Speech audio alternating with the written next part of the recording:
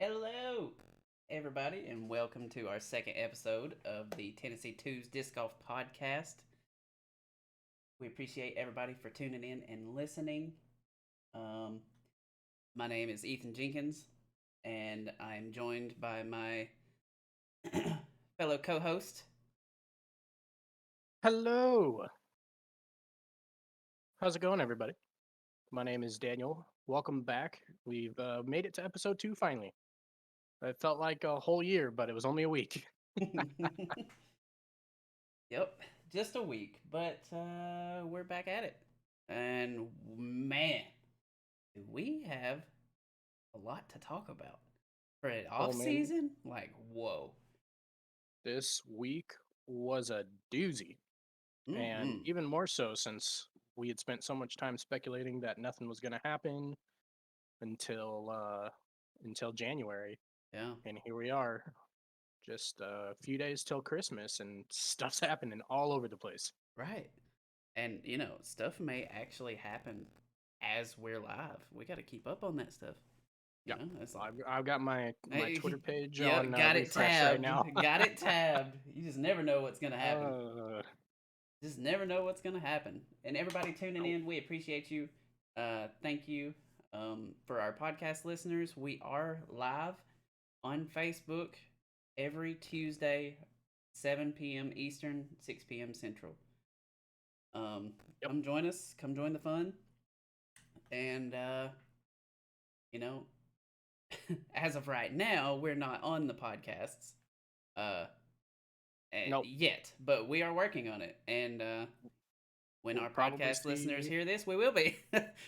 Yeah. So, Well, hopefully, I'm thinking that we can get ourselves onto all of your podcasting networks around the first week of January, maybe the second week. Hopefully, yeah, I that's think the we just goal. got to get through Christmas right now before we Yep, that is get the too goal. crazy. hmm That is the goal. Yup. All right, Daniel, you want to start us off? You know, roundhouse kick Um. us.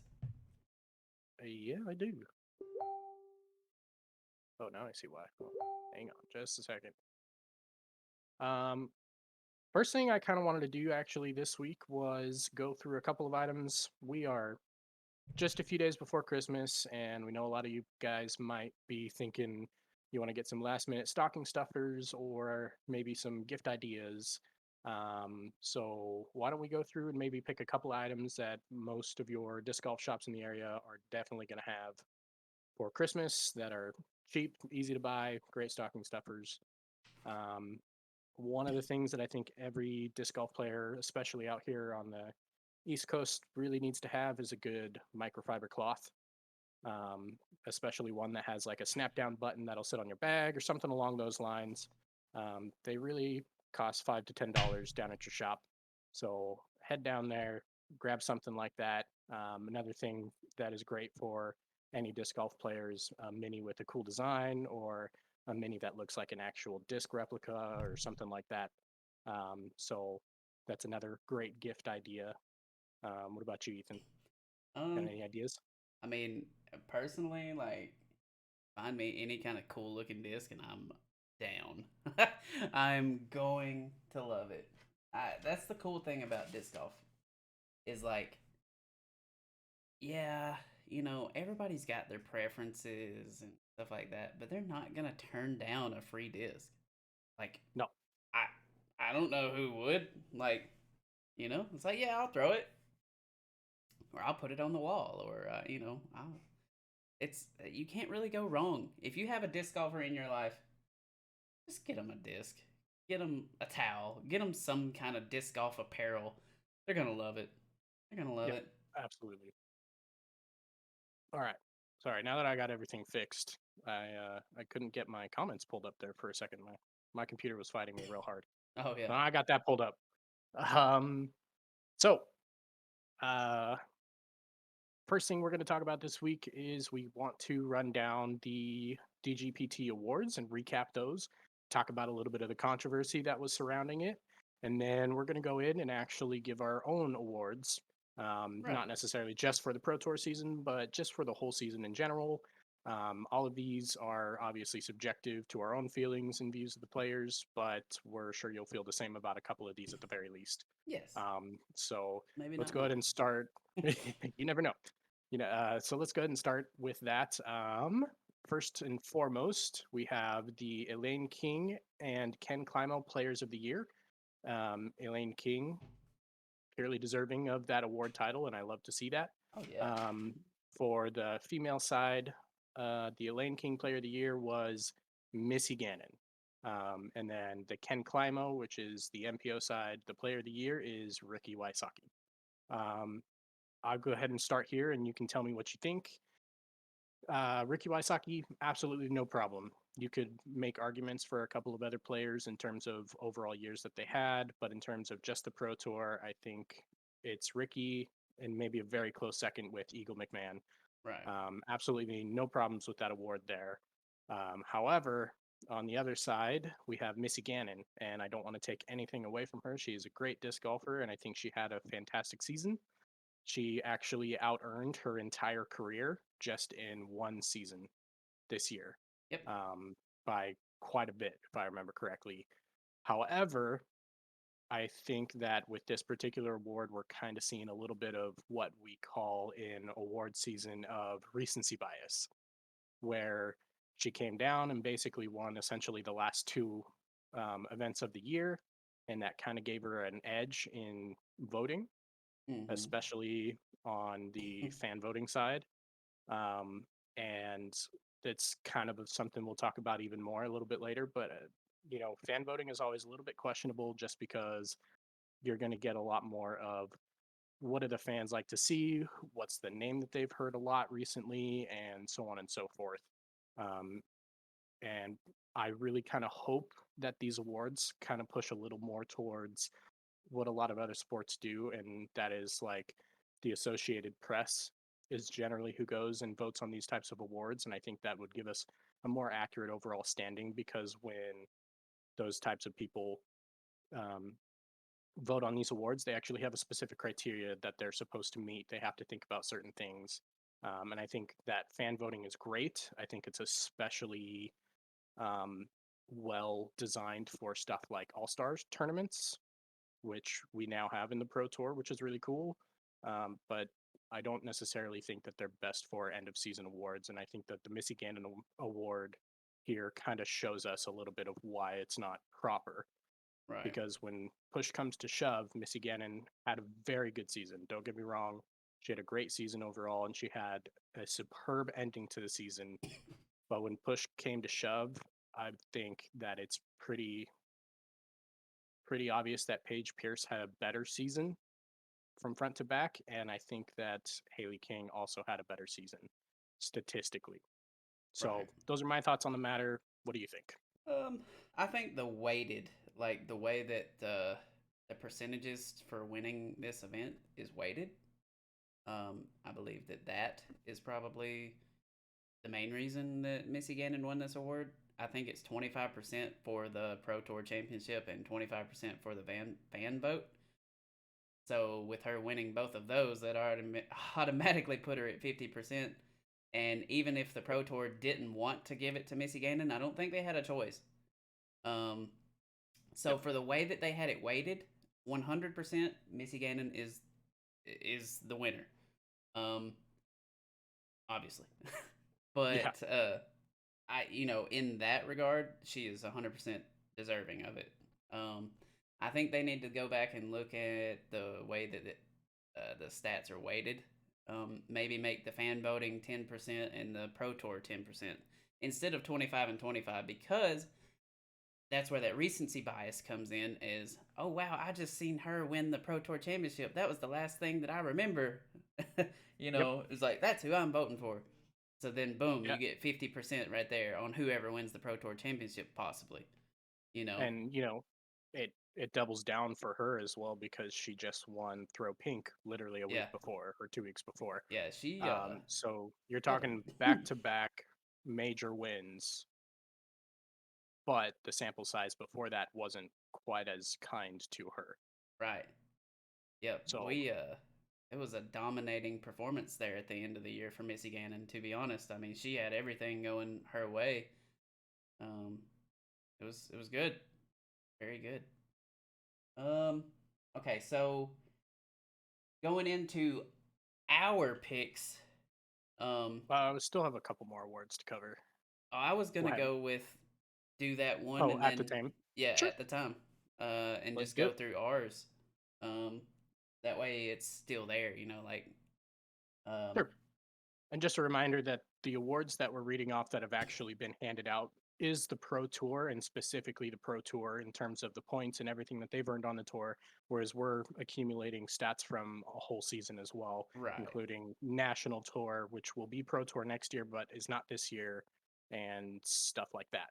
So And just keep also, that in mind. some of it is a little bit off of stats, and some of it is a little bit off of just the way that, maybe not him, but I feel. Sure. Yeah, That's and then you know what? It's my award, and I'm gonna like it. and we can do whatever we want because guess what? We don't have a real award to hand out for this. Exactly. I can Uh, I can definitely get a cookie. I can find a cookie. I can hand out a cookie. I can guarantee you that. yeah. I mean, All right. maybe Marweed would be about that. Oh wait, we have some news to talk about with Marweed. Anyways, so MVP, Player of the Year. Um, in your eyes, who is the female Player of the Year? Um, I brought it down to Paige Pierce. Um, I think it's pretty hard not to give her the win here when you look Yeah, at everything that she did. I mean, you really can the compare only her to every single player in the FPO field, and it's just like, yep. wow, wow, wow, The over and over wh- and over. for our Tennessee folks, you might understand this a little bit. But the only tournament she did not finish in a top 10 this year was the Music City Open. Everything else she placed at least 10 or higher. But Um, well, Texas State Championship, she placed would have 13th. been But yeah. 11. Oh, was it 11th? You're correct. Yeah, Okay. she had 13th at Music City. Okay, okay, okay. I knew So one then of you them was have the you 11th have and 13th. you have two. But then if we go down and we keep looking at that, you have Las Vegas Challenge is a win. You have OTB Open is a win. You have the United States Women's Disc Golf Championship was a win. Santa Cruz Masters is a win.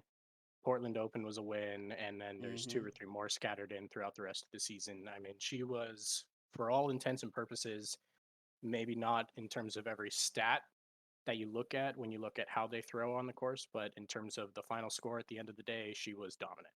Yeah, I agree, and that's what I have as well. I think both of our Player of the Years are going to be the same. What about the MPO Player of the Year? MPO side, again, this one I'm actually going to go ahead and side with DGPT on theirs. Was Ricky Wysocki, Same. and it's really hard not to give it to Ricky. You could make a very, very valid argument for Eagle McMahon. He is very close, especially in terms of overall scoring. Tournaments won, especially when you include the non-pro tour tournaments. They are very, very close. But the one thing that I noticed out of Ricky that I didn't see quite as often as Eagle was the final placement in tournaments they Right. didn't win, excuse me. And so Ricky just pulled out an edge there pretty easily on top Yeah. of just the consistent performance. And they both had absolutely fantastic seasons, Mm-hmm. but it had to be Ricky. Yep. I'm there with you. I am there with you. Um, I'll let you go ahead and talk about the next award. Uh, All right. I took the reins on that one. You take the reins on this one. Sure. The next award that we have coming out, and this was not an award that the Pro Tour does, but it is an award you'll see some other riders and companies will talk about something like this. But the next award that I have here is going to be the Putter of the Year. Um, and there's a few things that kind of go into it. but mostly we're going to look at how many events did they play? Did they play enough? Because there are a few people at the very top of this list who had insane putting percentages, but they really only played 4 or 5 events the entire year. So we're really kind of looking for those players who actually got out to most, if not all, of the Pro Tour. So that eliminates a few people off the list. But let's start with MPO this time. What do you have for putter of the year? Okay. So hear me out. Hear me out. Um, I have Eagle McMahon, and basically, if Eagle, every time he was on Courage, all I did was see him can putts. This is not stat based. No. Okay, so much. This is mainly like he was so close to Player of the Year that I feel bad not giving him an award. Fair. So that's where I'm at, and I gave it to Eagle because he is a great putter, and his spin putts in the wind are ridiculous, and his circle two is redonkulous. So that's where I'm at with it. That is fair enough. So What do you he's have my for the putter of the year. FPO side before we get to what I have? Heather Young, without a doubt. I don't really own Scoggins would be a close second for me, but not that close. Heather Young was dominant in the putting green. Yeah, Heather Young, and I feel pretty confident about that pick. What about you? All right. All right. So I also have Heather Young, and when push comes to shove on the FPO side, it's really not even close. Heather Young pretty much takes the cake specifically because of her circle two putting. So from circle one in, there are 3 or 4 players that are really kind of locked in there at the same percentages.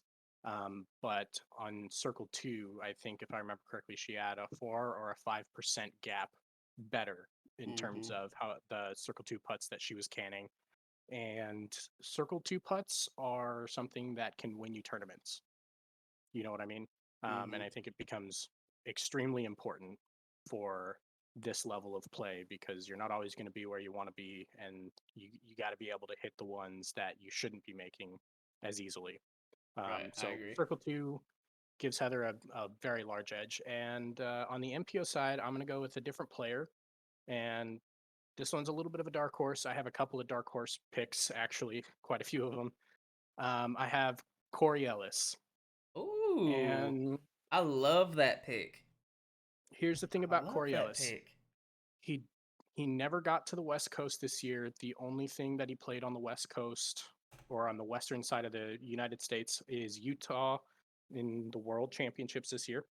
Other than that, all of his big events were on the East Coast. So it was a little hard to pick him just because he didn't have quite the full season resume as these other players. But when you combine Circle 1 and Circle 2 percentages, he had the best putting percentage in the entire tour. Yeah, Now, yeah. you, you He's don't, oh god, he's so good. yeah, and I think, I would love to see him start to, maybe turn a corner with the rest of his game. His Mm-hmm. fairway hits aren't there. His scrambling percentage isn't there yet. But if he can turn the corner on those 2 aspects, you would be very likely to see him on lead cards all year next year Yeah, I because agree. his putting is the best in the nation right now. Yeah, that was such a good pick. That was such a good pick.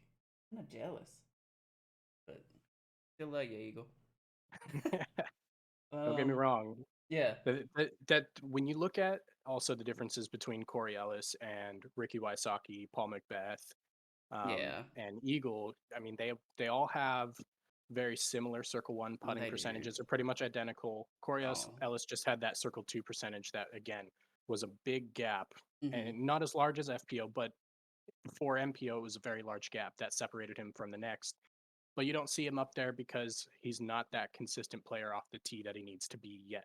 And Such a I can good hope pick. that he can be there next year. I'm so upset. That was such a good pick. I'm All like right. I'm like scratching my brain. I'm over here like, dang it, that was so good. You get a golf clap for that, sir. I'm gonna pat myself on the back real quick. All right. Yep. That All was right. so good. Okay. Let's All right. head on to our next award. I'll get this next one. So our next our next award is the Parking King and Queen. Um, Yes. I am super excited that you came up with this award to give out. Um, I know there at the end we was thinking about maybe changing the name up a little bit, but I really like this.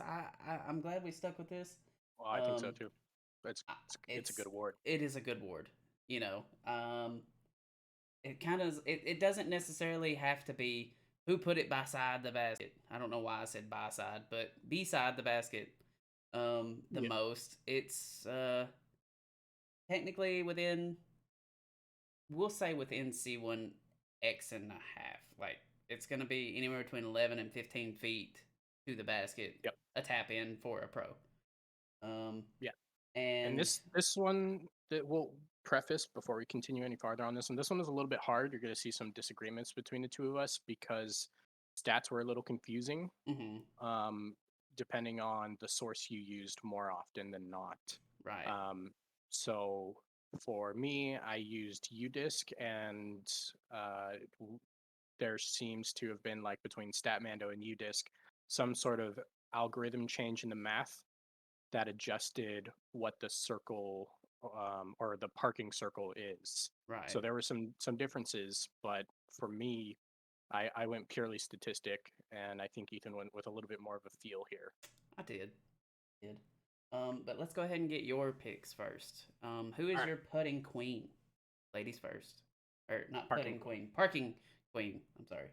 Parking queen. So the parking queen, I really tried to avoid double picking people, but the statistics were against me on this one so hard, and I went through the top five, uh, you know, park jobs in terms of percentages on UDisc, and none of the other four that came close really played enough this season for me to warrant their statistics as accurate in the pro season. So I had to go with Page Right. again, unfortunately.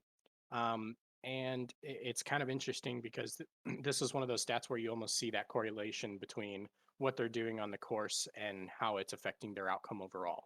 Mm-hmm. You know, we we had just kind of gone through and talked about how the Putter of the Year award could really take players like Corey Ellis really far if he can nail down what he does off the tee or off the fairway.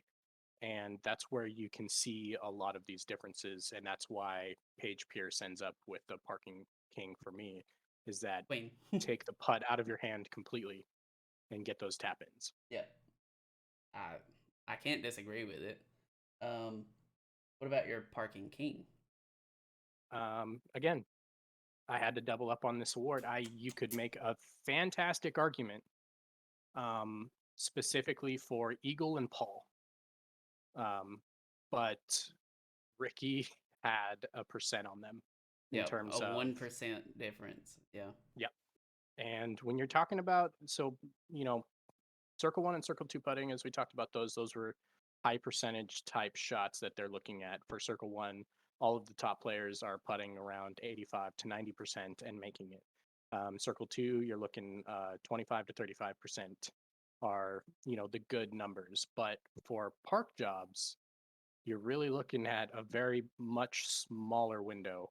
And I believe, if I remember correctly, Ricky had an 18% parking rate, according to the stats that UDisc was giving me.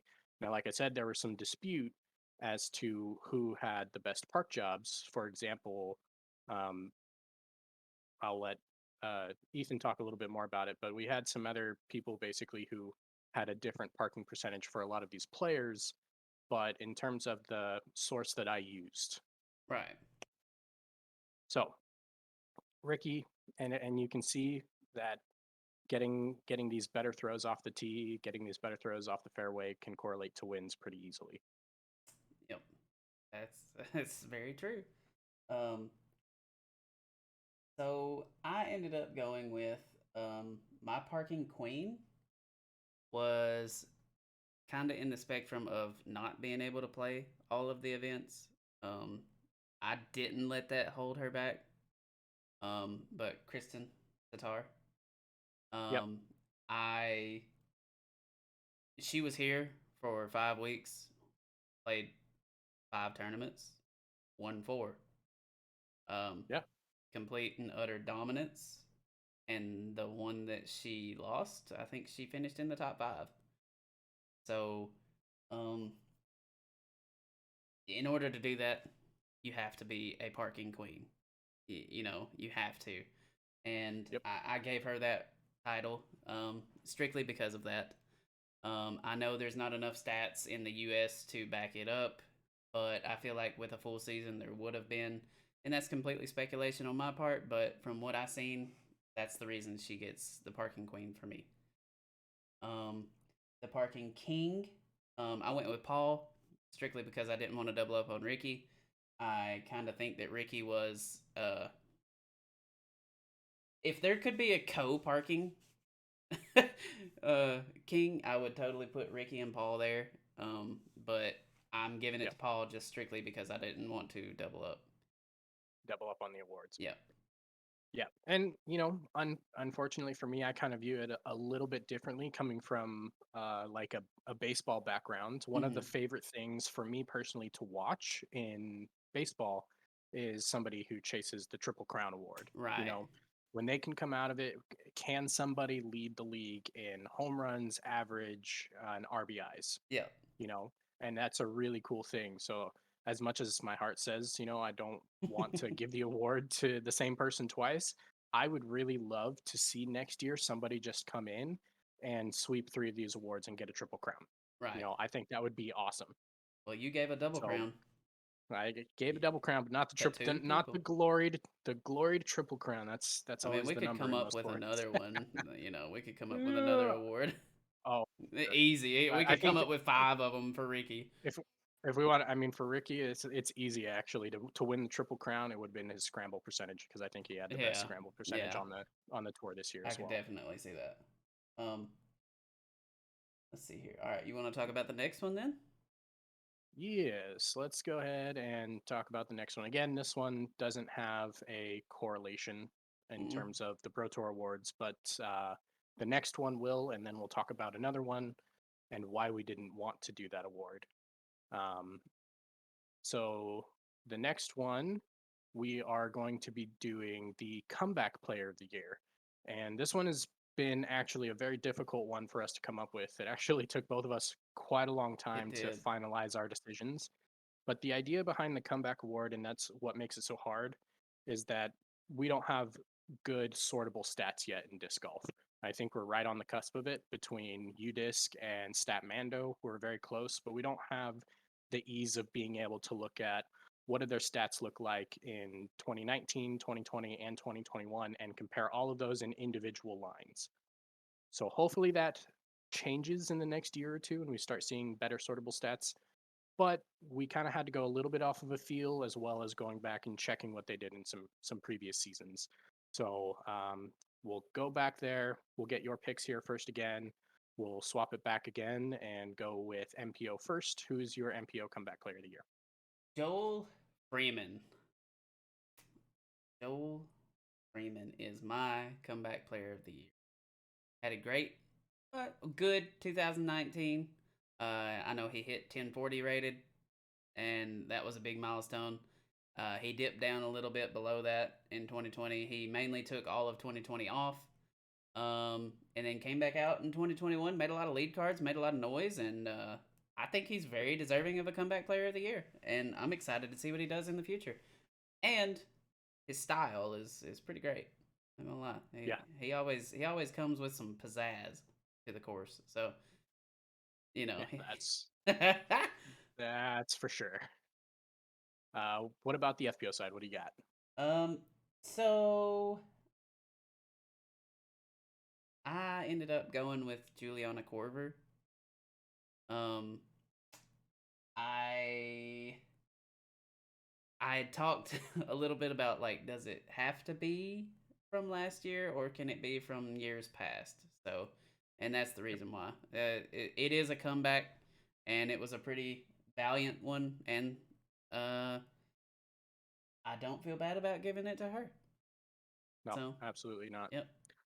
I also had Jake Order sitting there in the Okay. comeback player of the year um, for the FPO side, strictly because she has been a dominant force in this sport before. This is her first year really stepping into the pro tour side of it, Hmm. and she came in, and for somebody of her age and somebody who has done what she's done in her career to come in and perform at the level that she did, I think was outstanding. And that easily gives it to her for me in terms of comeback player of the year because I mean, she hadn't really played a whole lot competitively for a few years now, Right. if I remember correctly. So, um, and comeback player of the years can be defined in a few different ways. You see a lot of them will talk about somebody who um, maybe had a couple of off years, maybe had a streak of off years, or sometimes in some sports you'll even see a comeback player of the year awarded to somebody who has had an injury or two that kept him out for a year or two. So there's a couple of different definitions, but they all kind of give the same concept. It was somebody who was relevant and they stopped being relevant for a little while and then they're relevant again. So for like baseball, for example, we saw Buster Posey win the comeback player of the year, which was a great pick because he took all of 2020 off. And he didn't have a great 2019, but he has always been one of the best catchers in all of baseball. But he came out and absolutely dominated. Right. So, with that in mind, on my MPO side, I picked Nico Lacastro. Okay. And this is a huge dark horse pick, but I want to go over just a couple of the things that we saw out of Nico this year compared to the last few years. First of all, part of the reason why I had a decent time picking Nico is his 2020 season wasn't bad. He actually finished the Pro Tour as a sixth ranking, which was better than this year. Hmm. However, it was still a shortened season. There were a lot of events that didn't happen, or at least didn't happen at the level that they usually do. And so, what we saw in 2019 out of him, which is something I kind of wanted to focus on for this award, was he had kind of dropped off the table pretty bad that year. I think he struggled with a couple of injuries, if I'm not mistaken. But a couple of the events, he really did not do well. He had a lot of, 20 place, 30 place. He had a couple of did not finishes. So he really had a rough year in 2019, which is what we could consider to be the last full season, right? Right. And he stormed back this year. Not to necessarily a dominant level, but when you look at what he did, you're still looking at him going in and winning Waco to open up the season, and placing high at Vintage, Jonesboro, Mid America, OTB, Portland, and he fell off on the World Championships. He kind of dropped off the train there, Right. um, but he reeled it back in a little towards the end of the season, and he made himself relevant again. And Yeah. that's where I kind of went with this award was he's been a dominant force in this sport before, and he had a couple of off years, and people stopped talking to him about him a little bit, and which is really sad because he's one of my favorite players because he's just so weird. Right. I love watching Nico on the course, and I love hearing like The the way he banter. talks to himself, Yeah. and it's good stuff. Yeah. So that was my dark horse pick for that, All and right. I that dig I'm it. sticking with it. I dig it. Um. All right. So for our next award is going to be the most improved player of the year. Um. This one's pretty cut and Ooh, dry. Who do you think improved the most? Um. From 2020 to 2021. And all right. yep. Who do you got Before for before we FP? get Oh, in, okay. yeah, before we get into our picks, we're going to talk about the Pro Tour again. This is one of the awards they did give out. This is going to be our last award that we're going to choose. The Disc Golf Pro Tour had its own Most Improved Player of the Year, and they picked Missy Gannon for the female side and Kyle Klein for the mixed open. Um, I really don't have any qualms about either of those picks in general. I would like not to see Kyle Klein in that position, and I only say that because generally most improved is kind of like somebody who has been on the tour for a few years and has really stepped up their game. Mm-hmm. Whereas Kyle Klein sits in that awkward in between area where, yes, statistically you would consider him the most improved, but also the season you're comparing his most improved season to is a rookie season. Right. And that is really hard to differentiate because I've never really felt like a sophomore season was something that should be used for most improved. But technically he did do that. So I also understand that he won that award and I don't think he's not deserving of it. Right. I want to preface that. So after that, we'll get into ours. Mine is on the FPO side is also going to be Missy Gannon. I think it's pretty cut and dry, as we had kind of talked about a little bit earlier. She's won more money this year than she had her entire Very cool. career combined. Hmm. So she came out and she came out hot. She won basically the last two events of the year on the FBO side, and she placed high in most of the other tournaments that she went out and played. So I really think that she kind of stepped up and made her name known. You know, Right. a lot of people have liked Missy Gannon, but now people love Missy Gannon. You're right. You know, Yeah. so there's a different attitude towards her, and I think we saw that with the fan voting thing we were talking about. Yep. She I agree. went out there and earned herself an award that, you know, statistically she didn't deserve, but she did that because of how she played and Yep. how she was on the tour, and that easily makes her the most improved for me. Um, I on the agree. MPO side, back to my dark horse picks. My MPO side, besides Ricky, has been all dark horse actually. When we look at it, my most improved is Adam Hammis. What? Yeah, absolutely. Statistically, when you look at what he did, and this is again, it's a dark horse. When you look at what he did this year compared to what he did in 2020 and 2019, he made himself not just relevant, but he put himself up in the high ends of the pro tour, right? Mm-hmm. You know, we saw him go out there and he had the buys, and I think that for him that was a big step Yeah. because he went from being a good player that a lot of people liked to being just a hair off of dominant. Yeah. You know what I I mean? agree. And I think that if he can just put a couple more things in his game together, then next year we're talking about Adam Hammis the same way we talk about Ricky, Paul, Eagle, Simon a Yeah. few years I ago. You agree. know, he's very close to being in that conversation of dominant player. Yes. And I think that that's part of why I picked him as a most improved. Like I said, it was a dark horse. It's not Evidently, the it obvious wasn't pick, you because know. that's who I picked too. Oh no! That is, Yes, I picked that's Missy Gannon brilliant. and Adam Hammis. I That's picked the awesome. same on both. That's so That funny. is crazy. When you said that, so the others, like Heather Young, that was like cut and dry. You know, like we was together on that one. Yep. Paige Pearson, Ricky MVP, that was cut and dry for us. You know, You but look at Parking King. You picked Paul just to not pick just to Ricky. pick, yeah, So yeah. But on this one, it was wide open. You could pick whoever you wanted to, and we picked the same on both. that's so So, funny. I mean, I I think want you to know they we deserve a talked award. about a couple of these. We talked about a couple of these beforehand, but I want you to know that like in the MPO comeback player of the year and for both of the most improved, so we really didn't talk a whole lot Nope. We about wanted them. it to That be, was yeah, secretive. purely a surprise. Yep. So that's the reason I reacted the way I did. I'm sorry, but No, that was great. yep. I thought when I first said it, I thought he was saying, "Are you crazy? That's No, nuts. Why would you no. pick that?" And now I understand. Yep, yep. Nope. I was like, "Are you serious?" I was like, "Dang it! I should have went first." That I But That's hilarious. yeah, that's good. Um, so we we're done with that. We can talk about the little controversy about Rookie of the Year, if you would Yeah, like to, and the reason that we're not doing that.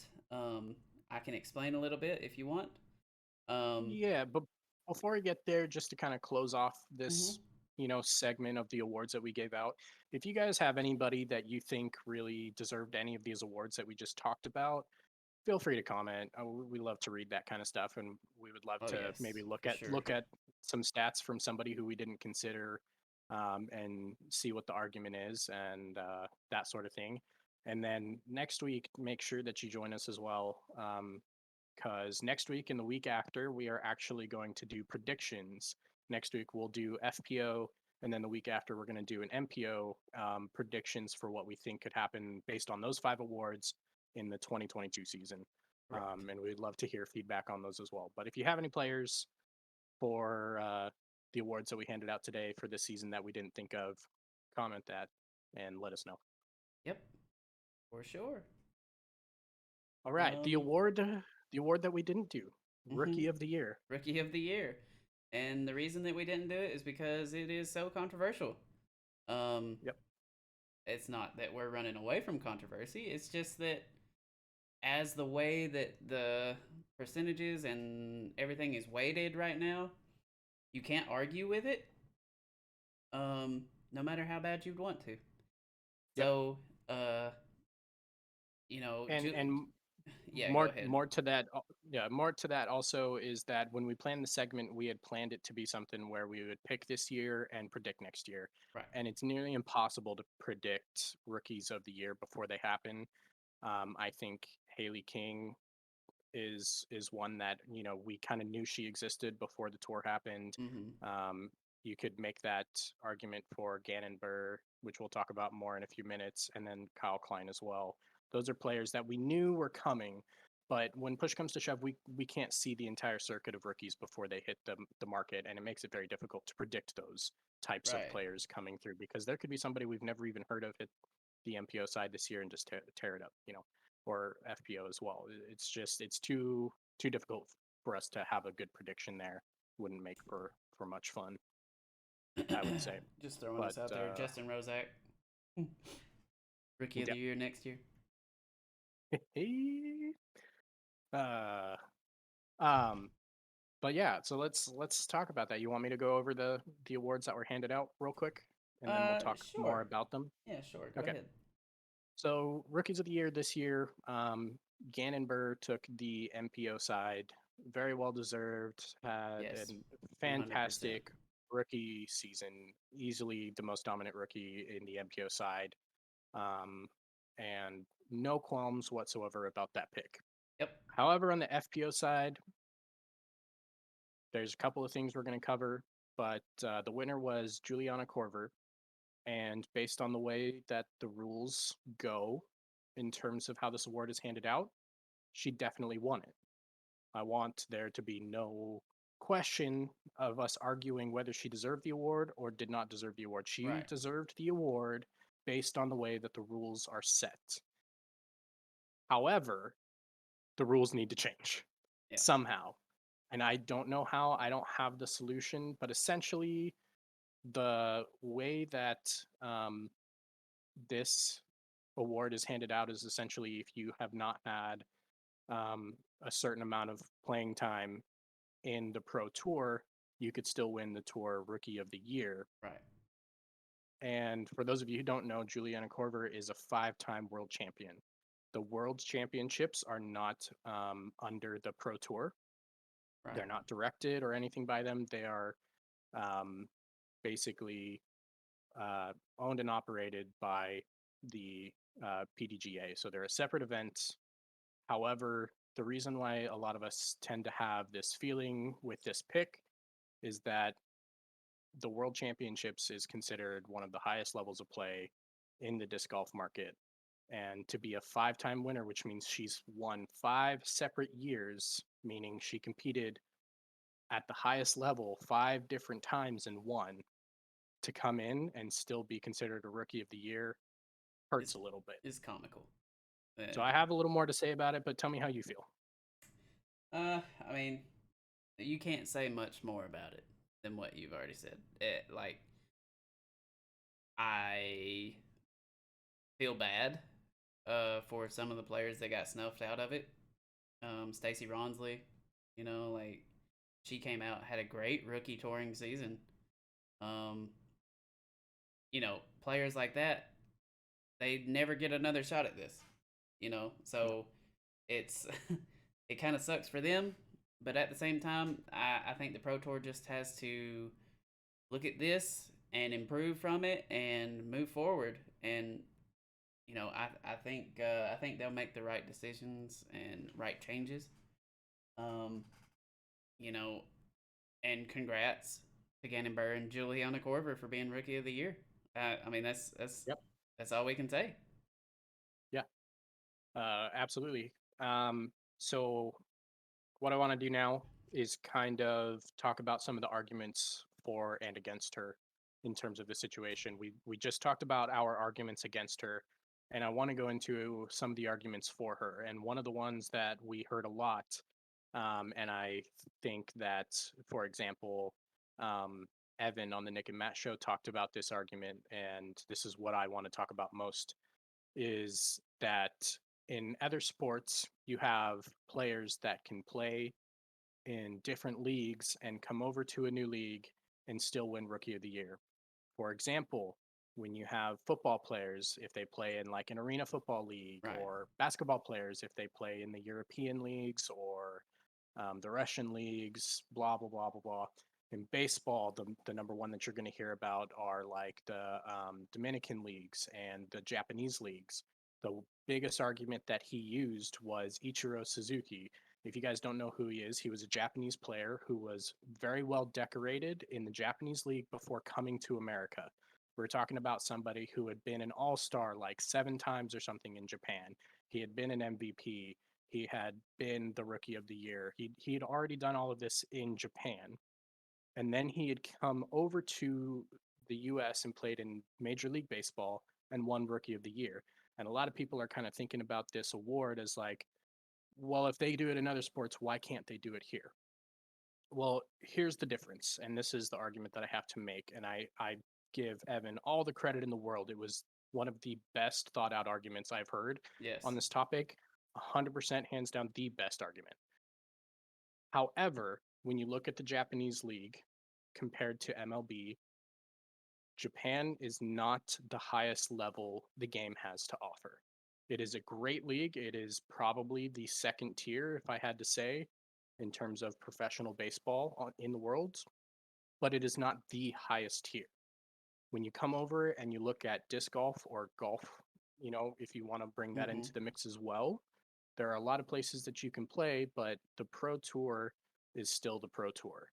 And although the event and the way that they manage this has been a little bit separated because the Pro Tour is handled by somebody other than the association themselves, Right. for the sake of the conversation, it's still the highest level of the game.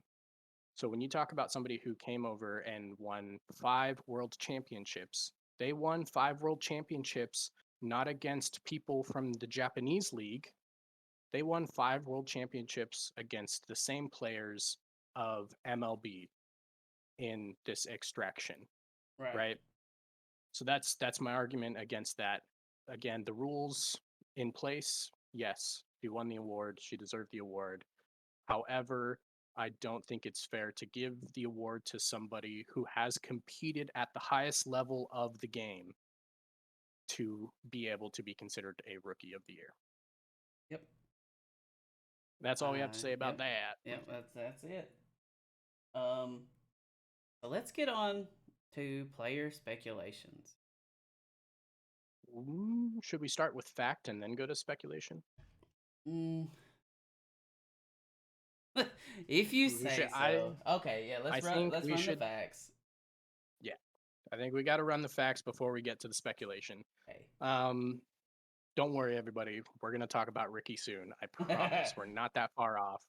We only have a little bit to talk about. It was a ton of information, given that it's only been a week since our last podcast. But the biggest signing that I think we need to talk about first is Andrew Marweed to DGA. Thoughts? I love it. I love it. Um, the only thing that um I wonder, is it not like he's just a younger Matt Bell? Like in my eyes, like he is a very calm, cool, collected dude, and he's just Yep. a younger form of Matt Bell. Like they know the type of player that they want, and they went out and got him, and I completely agree with it. Completely agree with it. Um, Yeah. DGA, we actually made a tweet about it. about our speculations last week about how you had said that they need to go out and find that player and everything, and boom, as soon as you put it out, they liked it. I was like, that's cool. All right, cool. That's That's cool. yeah. Shout out to DGA for Yep. interacting with our Twitter. Yep. 100%. And speaking of interacting, thank everybody for the likes on the stream. We do appreciate it. Um, a whole lot. We really, really Yep. do. Yeah, Um, absolutely. and do you think DGA's done for the off season? You think they're done? You think this is their signing? Uh, in terms of a name that we're gonna see and recognize as, competitive, Yeah. truly competitive, yes, Yeah, I I think think so so. too. I think so too. Um, However, I don't think they're done next year. And one of the things that we had talked about, and part of what I had said in the clip from last week, is Hmm. that I believed that they were reaching a point of being stagnant and they needed somebody who was going to come in and yada, yada, yada. If you guys want to hear everything I said, go back to last week. Yeah. But my biggest point is that I think Marweed fits that mold. Yes, I think it could be argued that he's a younger Matt Bell, but I think one of the things that we're going to see is that because he's a younger Matt Bell and he hasn't been in this contract so long, we're going to see a different movement out of the company, right? We're going to see him come in, and I think we're going to see DGA go back to thinking about innovations. Yes. And that's what I want to see out of DGA, because you're talking about the company that started disc golf, Yeah. essentially, you know? And they were a big name for so long, and now it's just like, yeah, I have a DGA disc in my bag. But most of the time when you talk about them, we talk And I about their do. baskets. Yeah. And I am really excited to see what Andrew can do for that company. And I think that um, he is going to bring in a little bit of a new age, especially coming from Innova. Because one of the things that we talked about last week was how Innova is almost careless with how quickly they innovate their discs. They Yeah. will bring stuff in and phase them out so fast. And I don't think we're going to see DJI move to nearly that level, but I think that they're going to bring somebody in that just left a company where he had every disc on the market essentially available to him Yep. in some way, shape, or form. And he is going to be able to walk in there and say, okay, here's a mid range that we need to add to your lineup. We need to do it. We need a mid range that's going to have this sort of a flight pattern. We have a couple of drivers. We need to add these to the lineup. We need to redesign a couple of the putters. And I think Marweed can do that. And what I think that is going to cause is a domino effect. So, yes, I think they're done with their signings, the big signings this year. Hmm. But I think Marweed could be the first in a long line of big signings Right. in the years to come. I thought this was a perfect move, and I thought it was just hilarious how we had talked about it last week, Yeah. and they came out literally a couple of days later and just said, "Here it Makes is, everybody. makes you feel We good. did it. Yep. We did it." Makes you feel good. Um, yeah, and yeah. So we'll use that to segue, and we're gonna head back over to Matt Bell again. Last week we had talked about how Matt Bell had signed over with TSA, and we have more about TSA to talk about this week. But before we get to TSA again, let's start with EV7, Yep. because I'm really loving this trend right now Hmm. of seeing the single disc signings. I love it. Um, Bringing in EV7 is going to do two things. Number one, it's going to give him what is strongly moving forward to be considered one of the most reliable putters on the market. And it's going to give him an elevation in his putting game. And being somebody who's already one of the best putters in the world, that can't hurt him at all.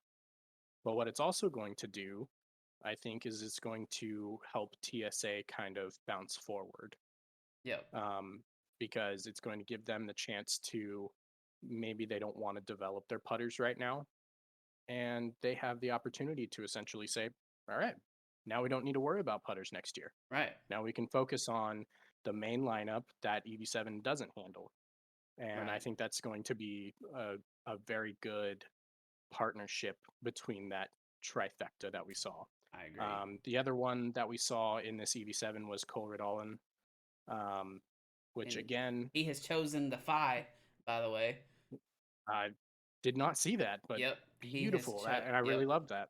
yep. I think Drew actually took him out with both of the putters, and Field worked with him personally, and evidently played a lot of rounds together with him, and turned out that he liked the Phi better, and that is going to be his signature putter. So that's I believe we will see some signature series Phi with Cole Red Allen on it. that's great to hear because again, as we just talked about with TSA, that can only bring EV7 farther Exactly. because we all know that they have a putter that people really love, and Mm-hmm. to get the next in the lineup out there and with a Yeah. name on it can only take them farther. Yep. I wouldn't be surprised to see them have a full lineup of 5 or 6 putters in the next year or two, simply because they're gonna move into Do thinking about you? designing even throwing putters or Mm-hmm. whatever they might do next. So that's a really interesting Do you think? fact. So hear me out on this, okay? Sure. Um. So do you know if Matt Bell? I know he putted with the steadies, right? Do you know if he putted with the beadless steady or if it was the beaded? I could not tell you off the top of my head. Because the Phi and Penrose are both beaded. Uh, from what I remember, I know the Penrose is. I'm pretty sure the Phi is. Um, if it's not, do you think they innovate one for Matt Bell that's beadless, and they have their third putter, and then they have their three top guys?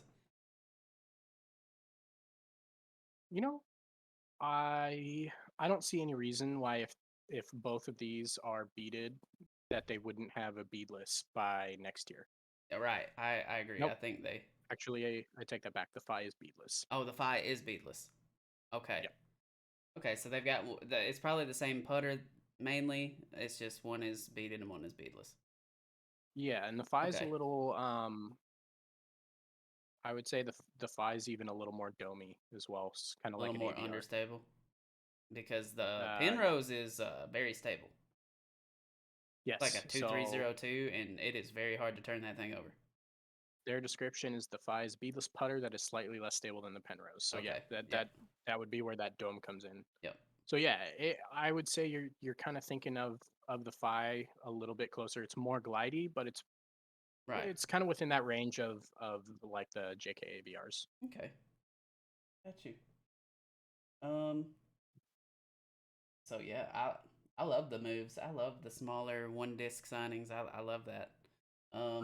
I think it's great for the sport, honestly. TSA. You want to go ahead and go into that since we're talking about Matt Bell? Yep. He got signed by So TSA, and so did Mister Eric Oakley. yeah, and this is going to go back to what we had talked about this way. This to me only affirms what we had talked about and speculated, that TSA could potentially become the next Discmania, essentially using a manufacturer to bring them up to the name that they need to have to be a great company in disc golf. And to add Eric Oakley to that only affirms that for me. Yep. Um, One of the things I thought was really interesting was when Matt Bell signed with TSA, a lot of people talked about they're a great graphics company and they have a lot of great graphics for their discs and this and that and the other. And yes, that is true. That's what they're known for. But I think that signing Matt Bell and Eric Oakley shows us that they have more on the plate than that and they desire more out of their company than that.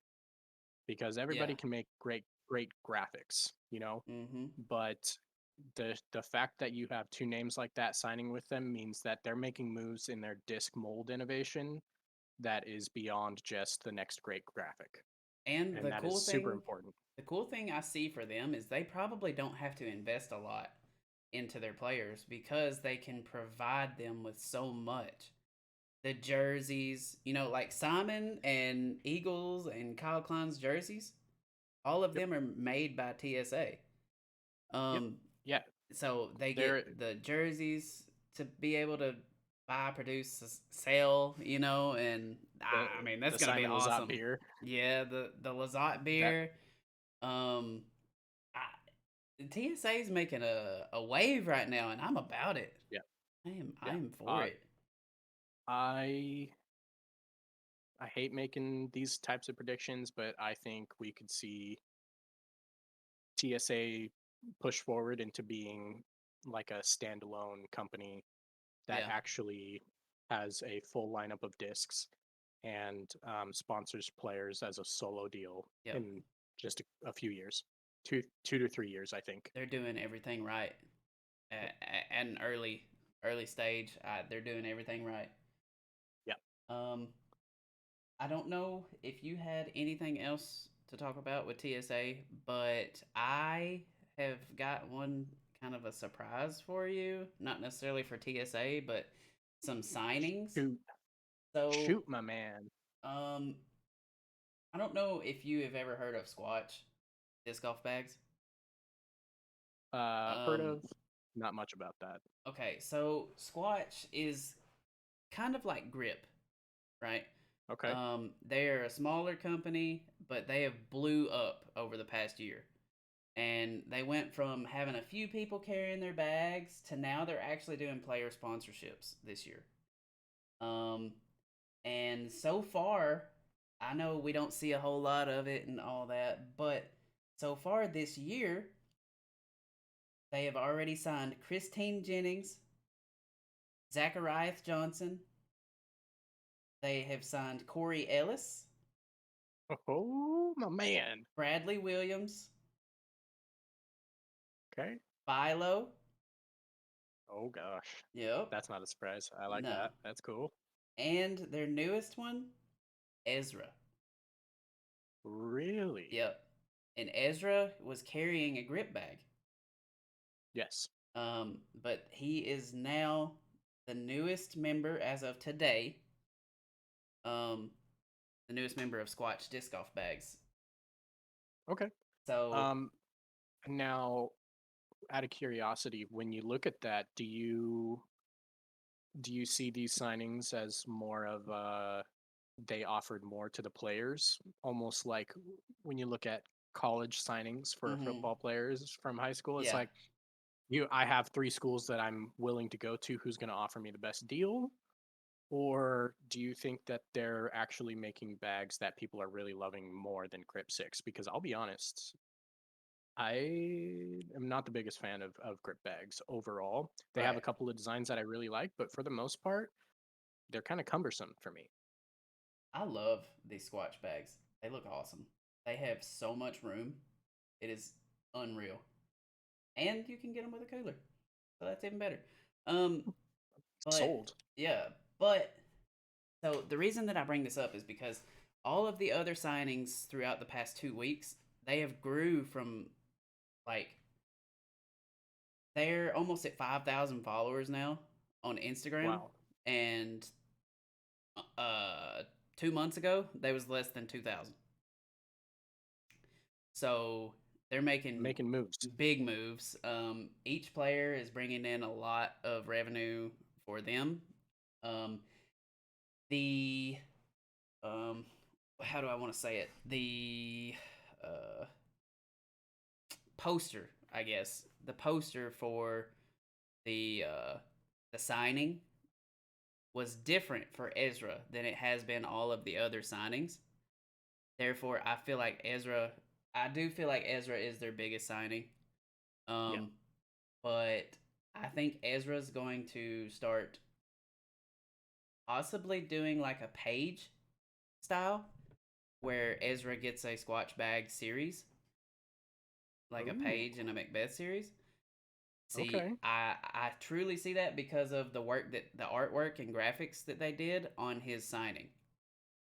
Like Jurassic Park, they spared no expense. Exactly. I truly feel that, and I think that as soon as they do that, I'm going to buy one. I am already wanting to get a Squatch Bag, uh, just because of all the advertising that I've seen on them. I'm a huge Yep. fan of them. I really like them. I Um, love that forest green. That's yeah, beautiful. I like the Oh, way I love and that. the orange, the hunter orange zipper pulls, Yep. and I it's just clean for me. I like it. And I one of the things I find that I really like is how wide that opening pocket is because that Right. is always my biggest complaint about any backpack style disc golf bag Yep. is that where do you place your least used disc? Mm-hmm. You always place it At the on one ends. side or the other side because you know that that's the disc that is just a pain in the butt to get out. Yep. Every single time. I can't explain, like, I literally I don't even have my disc golf bag in here with me. It's actually out in my truck still from around. And I think I have a Blizzard Boss Yeah. on my my high end of the drivers because I organized my discs by speed. Mm-hmm. Um, with the exception of one mid range, and that one mid range on the low end side of my bag is a 5, even though I have 4s in my bag, because I never throw it and it goes on the other side. I've Yep. thrown that Blizzard Boss one time in the last month, Right. and I've played close to 30 rounds this last month. I've played a lot, more than I usually do. My Yeah. arm was hurting yesterday, and but that disc sits there because I don't I I don't don't bother want to get it out. to want to get Even it if I'm out. out even It's if I'm like a out doing spacer. field work, I'm never grabbing that disc. It's Right. staying there. That's the edge of my and I love that pocket on these bags. Yeah, I do too. I would That's beautiful. love maybe just maybe I might reach out to them and see about trying to get one of them on or something to Yeah. talk about their bags. I Yeah, don't that would be I great. they might not be willing, but hey, I'm You not never know. afraid to ask. So, Yeah. I think everybody would love to hear more about their design, and I Those squat mean, if those nothing squatch else, hoodies are I really would. cool too. I know. Did you I look at that? just And it's a the brand that inside I liner want to of get behind so bad. oh man, I would rock a Squatch bag. Yep, same. I And don't have the money for a Squatch bag today, but I would. If I had the yep, money, I would buy it right now. yep, They're out of stock of the green, which is the one I want, but yep, yep, yep. that makes it easier. Now I don't have to like hate myself. Right. Yeah. A Squatch bag will be my next bag more than likely. I That's dig cool. it. But yeah, I just thought that that was interesting that they've been doing a lot of the big pro signings lately, and I'm like, I'm here for it because I was seeing some of the Squatch bag Facebook ads for a while there at the end Oh. of the year. Yeah. Um, and I followed them on Instagram just because I liked the way that the ad was. And then I Yep. started seeing that, and I'm like, okay, I see you guys, especially the Corey Ellis signing, and then I see Philo, and then Christine Jennings, and I'm like, okay, I see you guys moving on up. And then the Ezra signing today, I was like, okay, they're Oh, really all right. Now we have to talk they're about getting it. serious. I need to bring it up. Yeah. So yeah, that's just something that I wanted to put my 2 cents in on. Well, that's funny. They even have a couple of discs with the Squatch stamp on it. I That's cool. know, yeah, Uh, I might need one of those. yep. Yeah, All I'm right. gonna reach out to him and see if we can't, him or her. Can't I talk don't more know, about them.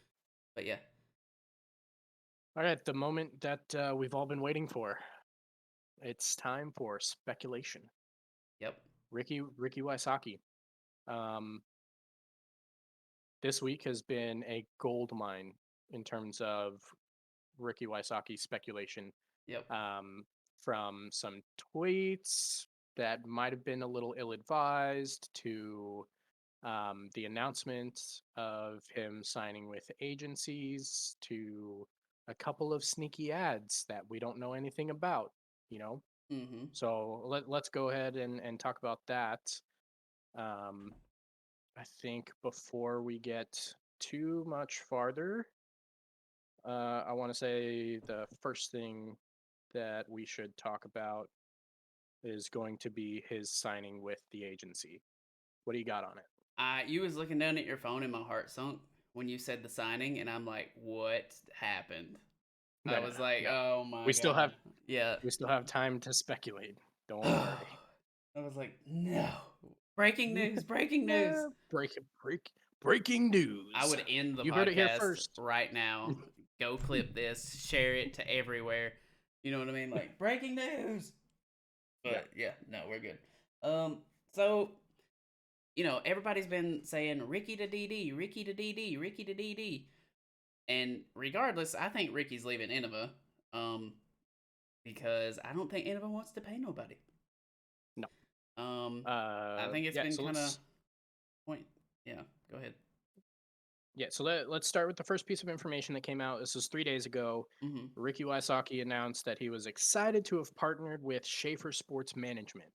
Yeah, Um, this is huge because number one, it means that at the very least, even if he's not leaving Innova, he's looking for a better a bigger deal. contract. Right. He's looking for somebody who can help him get what he's worth. And the reason that you're going to hear both of us by the end of the segment talk about why he's not going to stay with Innova is because they have a history. And this history is, for lack of a better way to phrase this, we don't negotiate with terrorists. That's Yeah. kind of that's the way they think about it. They don't want to pay the players more than what they already are. Right. And to announce that you've signed with a sports management team, and more specifically, we don't have the full data, but the chances are he has a specific agent that we don't have a name of yet, means he's looking somewhere. Yes. 100%.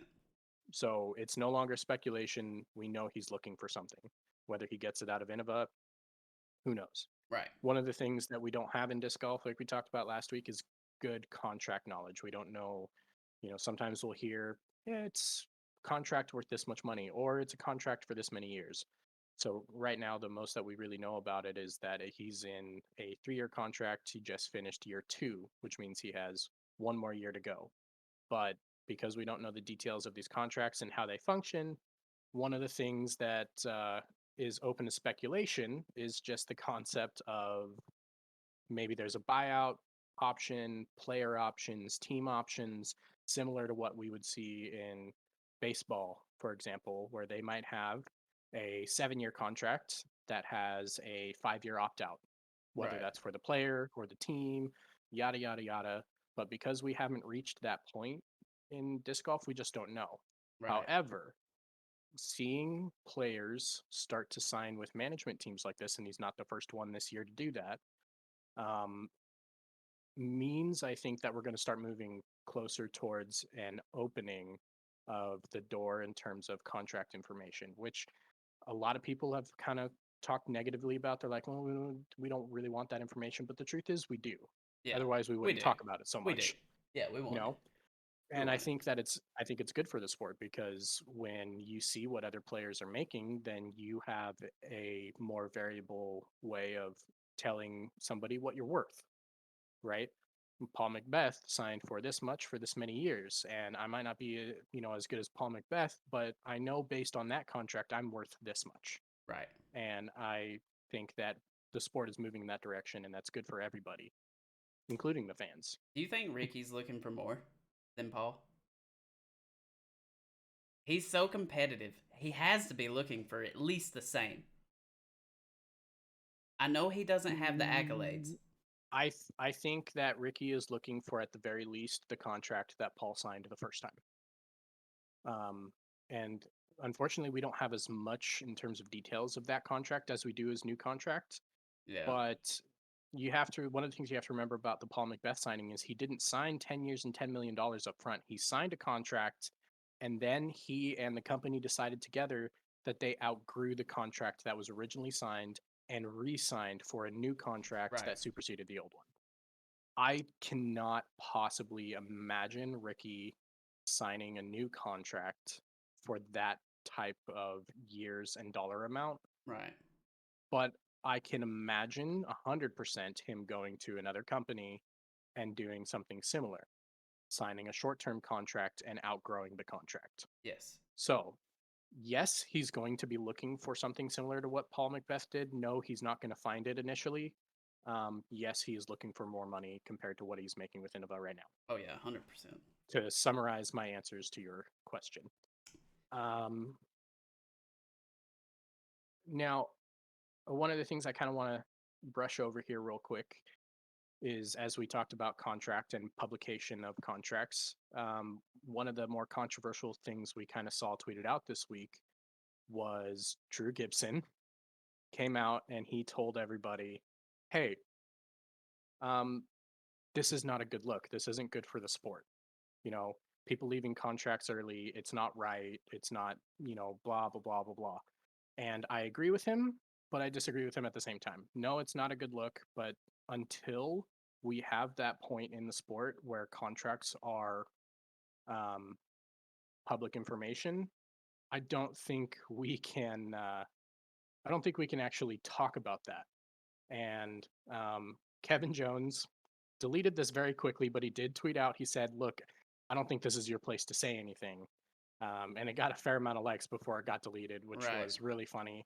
And I agree with him. I don't think it's something that we are ready to talk about in the sport yet because we need to have public information out there before we talk about this because we have no idea what the deepest information Right. comes to.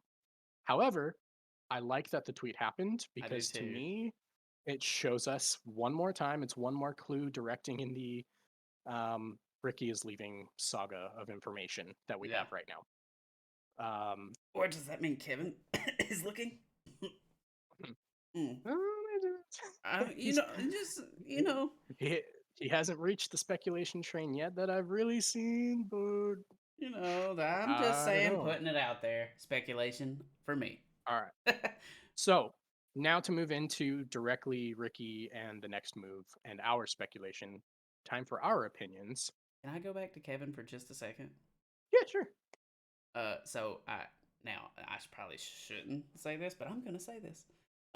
So I was at the Music City Open, right, and I was on the lead card for the third day, and Kevin just Yep. happened to be there, and Adam and Chris Dickerson, and Yep. yeah. So basically, uh, Adam's tour manager, Jeff Yep. Horns, um, he was talking a lot to Kevin. I was like, I could totally see the Discraft come up with Kevin. Could you imagine seeing No. Kevin on Discraft though? No. I He can't because he right just right now fits Prodigy so well, I in my eyes. Kevin's one of the few players that are on tour right now that I could look at and say, I'm but comfortable where with would you. he go? Yeah, I'm But comfortable at the with you same there. time, that's what we all thought about Paul too.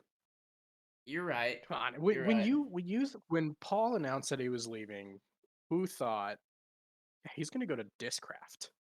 Right, but it was just like, and I didn't overhear, I didn't eavesdrop or nothing like that. Don't get that from me. You know what I mean? Like, what I'm saying is like the way that they were talking, like buddy buddy. It was just like I Yep. could totally see him touring with Adam and Jeff. In the RV. Like I could Yep. see it. Because Kevin likes to tour Well, alone.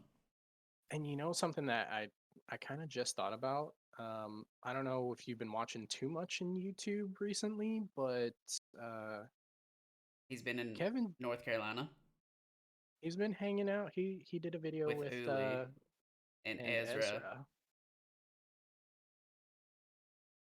All right, we're gonna talk more about Kevin's speculation next week because now we need to talk about it more.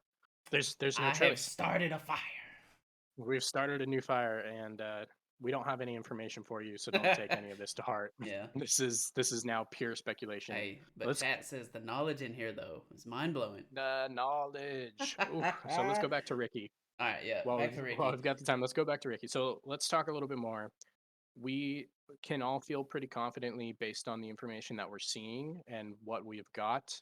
For example, uh, Innova wasted no time, and by that I mean they wasted all the time in congratulating Ricky for his award. Yeah, they wasted so Um, much. it took them what 2 or 3 days before Yeah. they even posted a congratulations or anything. Yep. It was really the comments were absolutely hilarious. People were retweeting it saying Yeah. it must have taken 3 days to get these graphics down. It was Mm-hmm. whatever it was, but Yeah, I They're just we slow tweeted on that out. end though. Like I feel like they're Yeah, consistently slow. and I believe it. They're a very large company comparatively to a lot of these other companies, and Yeah, I they're do not as better. active on social media Just as do some of these better. other companies as well. So, but you would think that Yeah, if your you're that, best player mm-hmm, just won the biggest award on the tour, do better. that you would tweet that out faster, Yep. or you would get that out fast. So there's that. So we know that, and then the second piece of information that we've received recently is that Ricky is not in the 2022 calendar for Innova, Yeah. and that is super telling to me. Yeah. What is that Um, about? why why would you not include again your best player in the calendar for the next year? Maybe he's So not a good picture taker. Maybe he didn't want to be in a swimsuit. Maybe they're, you know. it was yeah. Well, he's definitely not going to be in any Sports Illustrated in swimsuit edition soon. Yeah. I think that's a fair speculation. So I've come to the conclusion, and we'll talk to you a little bit more about that. But he's leaving, um, and I can't promise that he is leaving Innova. I'm not going to promise that, but he is 100% leaving the contract he's in. Yeah. I agree with that. And if he returns to Innova, it's because his agent reworked a deal to get him what he wants. But information from previous years tells us that that's not going to happen. Paul Macbeth being the number one reason. We saw that Paul Macbeth basically tried to renegotiate with them, and they said, "Take it or leave it, bud." And well, he left it, bud. Yeah. So Are they I are see are they gonna I let see it he's happen gone. again? Are they gonna let it happen again? It's going to happen. It so Yes, and here's why. they've already. And It's gonna happen twice this year. If because yeah, Andrew Marweed. All right. So Paul left to go to Discraft to create a line of discs. yep, His style. Andrew Marweed left Innova. He's going to do that with DGA. I have faith yeah, in that. And 100% faith that DGA is I'm just a jumping straight remodel of what in. Discraft did. Yeah, I'm jumping straight in. The reason, if nobody else has seen it, the Latitude 64 has released an ad, and it's just a slow mo version with dramatic music going into a throne lit by fire, and then it just says coming soon, West Side Discs. But it was put out by Latitude 64 because Latitude Yep. 64 has a bigger following than either of the two. Um, Imagine though. So this is what makes sense for me. If it is West Side, so everybody was saying Ricky to DD, Ricky to DD, Ricky to DD. Well, they have a full lineup of discs, right? What if Yep. Ricky has worked out with West Side to create a full line of discs, new inventory discs for West Side? You know what I mean? Because Yep. basically, the only thing Paul didn't do is a zone. The zone's been there. West Side The has zone the and the buzz. harp. Yep. You know what I mean? West Side has the harp, and you could do whatever you wanted to from then on out and add to their lineup. And as good as I do, everybody and their mother would become a West Side fangirl, including me. Yep. Including you. Uh, I can see it. well, yeah, we'll kind of get into it. I am of the speculation that he is returning to Trilogy. I have not settled down on a particular company. However, we talked about it this week, and now I'm going to explain to you why I don't think that West Side is the move. I don't necessarily think West Side is not going to happen, but I think it's the worst choice of the three. Number one reason, having come from marketing and sales, which is pretty much all I did professionally for the last 8 to 10 years, the biggest reason not to go to West Side from a company perspective is the number one thing that you don't want to do for a company that is already at the peak of their existence is devalue the brand. So unfortunately, by going to West Side over Latitude or over Dynamic Discs, the one thing that they're going to do because Ricky's Ricky. You know, we're not talking about Andrew Marweed, who is a very good player, but he is not an Elite Five player, Right. right? Paul, when he moved, he was an Elite Five player, and he moved to a company that had one company. It was not Trilogy, so he didn't have to worry about this when he moved in. When you move into Westside for who we just decided earlier today is the best player in the sport currently, you devalue your other two brands. And that is like a number one don't do rule, right?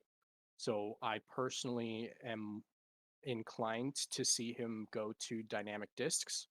I think that monetarily he's going to make more from dynamic discs, partially because of what he can put his name on there.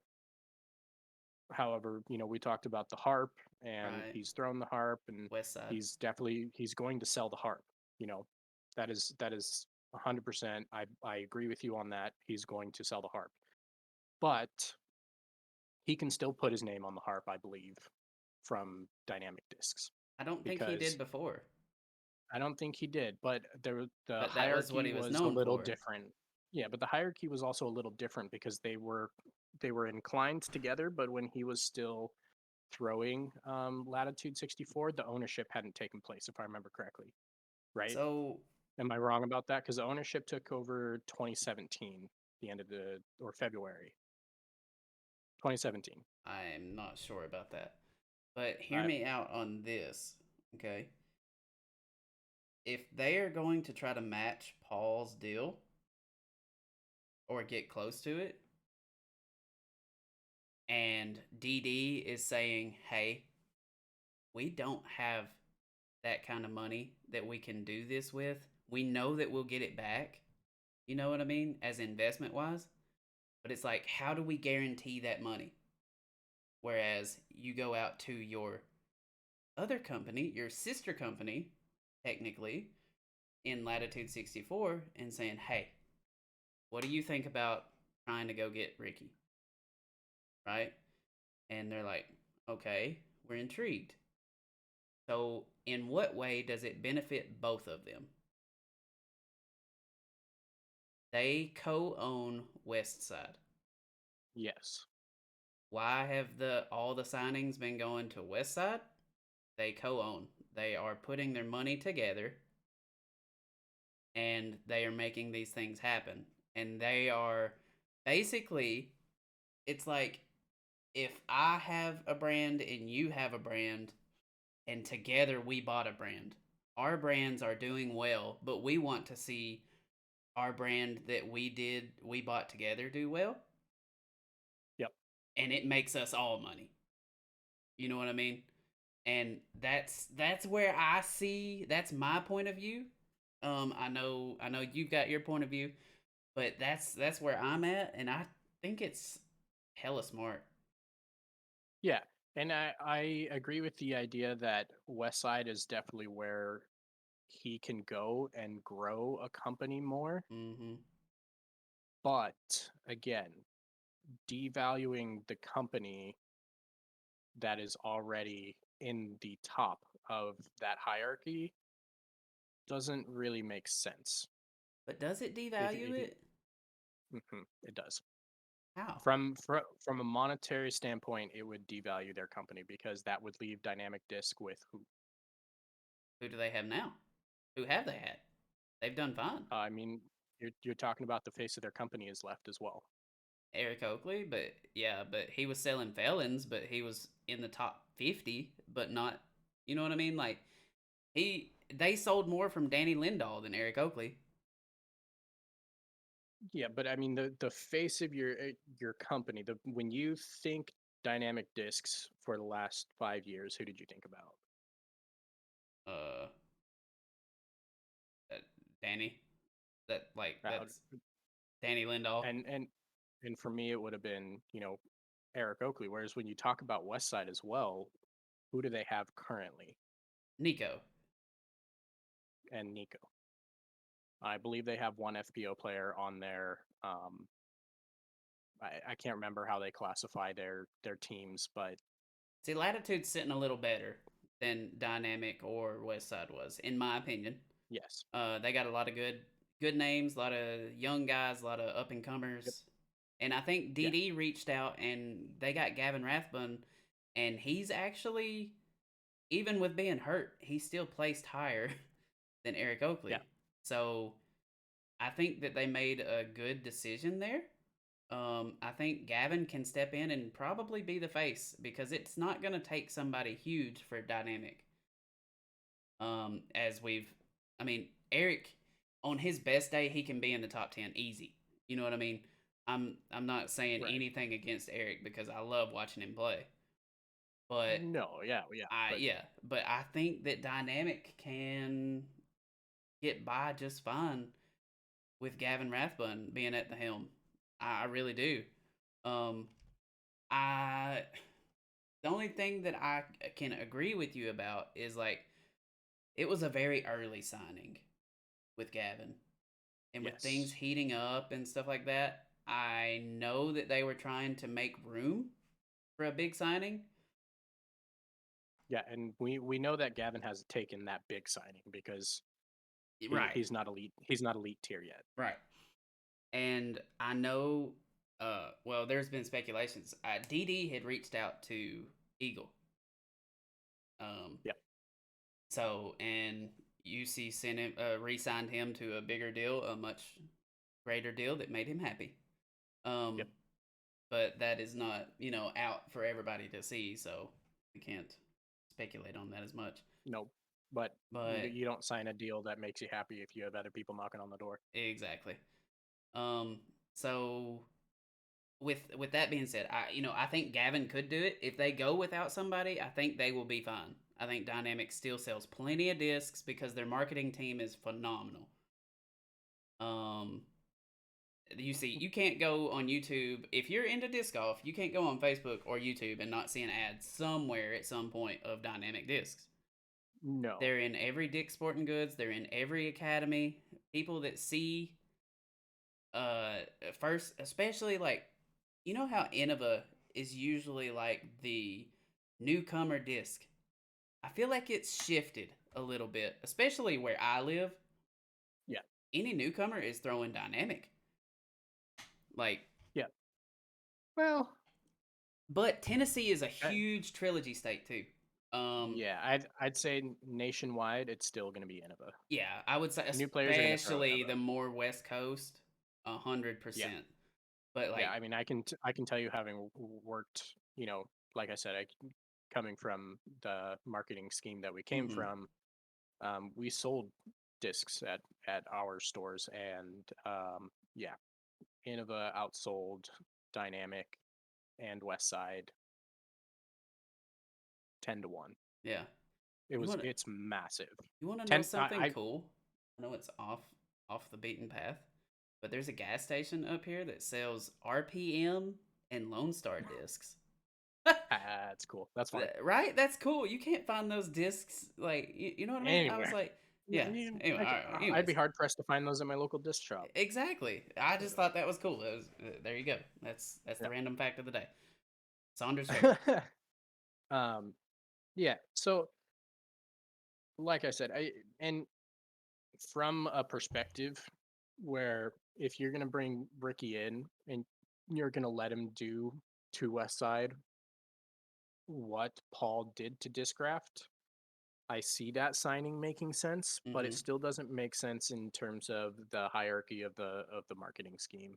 And that's just my experience in sales and marketing, where I spent 10 years and discs are a little different because Trilogy is the only company that has, or group of companies that has this style of hierarchy, if you will. Right. However, um, in terms of like a lot of other companies and brands outside of the world of disc golf, it is generally not going to happen. You don't sign the biggest name in the sport to the smaller company. Right. And that's just where I'm coming from for there, because when you're the biggest name, let's put it this way. Um, One of the things, for anybody who doesn't know, I used to specialize in firearm sales and Remington is a big one. Remington owns, or did before they filed bankruptcy, they owned 5 major names in terms of firearm manufacturing. However, when you looked at like competition shooting and stuff like that, they were never, the biggest names were never sponsored by the smaller companies. They're always going to be sponsored by the biggest company in the conglomeration. And Right. that's where I push the DD. I could see Latitude 64, and the only reason I see that is because there's a reunion aspect there, Right. coming back and, I'm coming home, and there's a great feeling there. And you're not going to get that at Westside. You're not going to get that at DD, right? But it's generally severely uncommon in these types of company hierarchy systems to see somebody move to the smaller end of the company.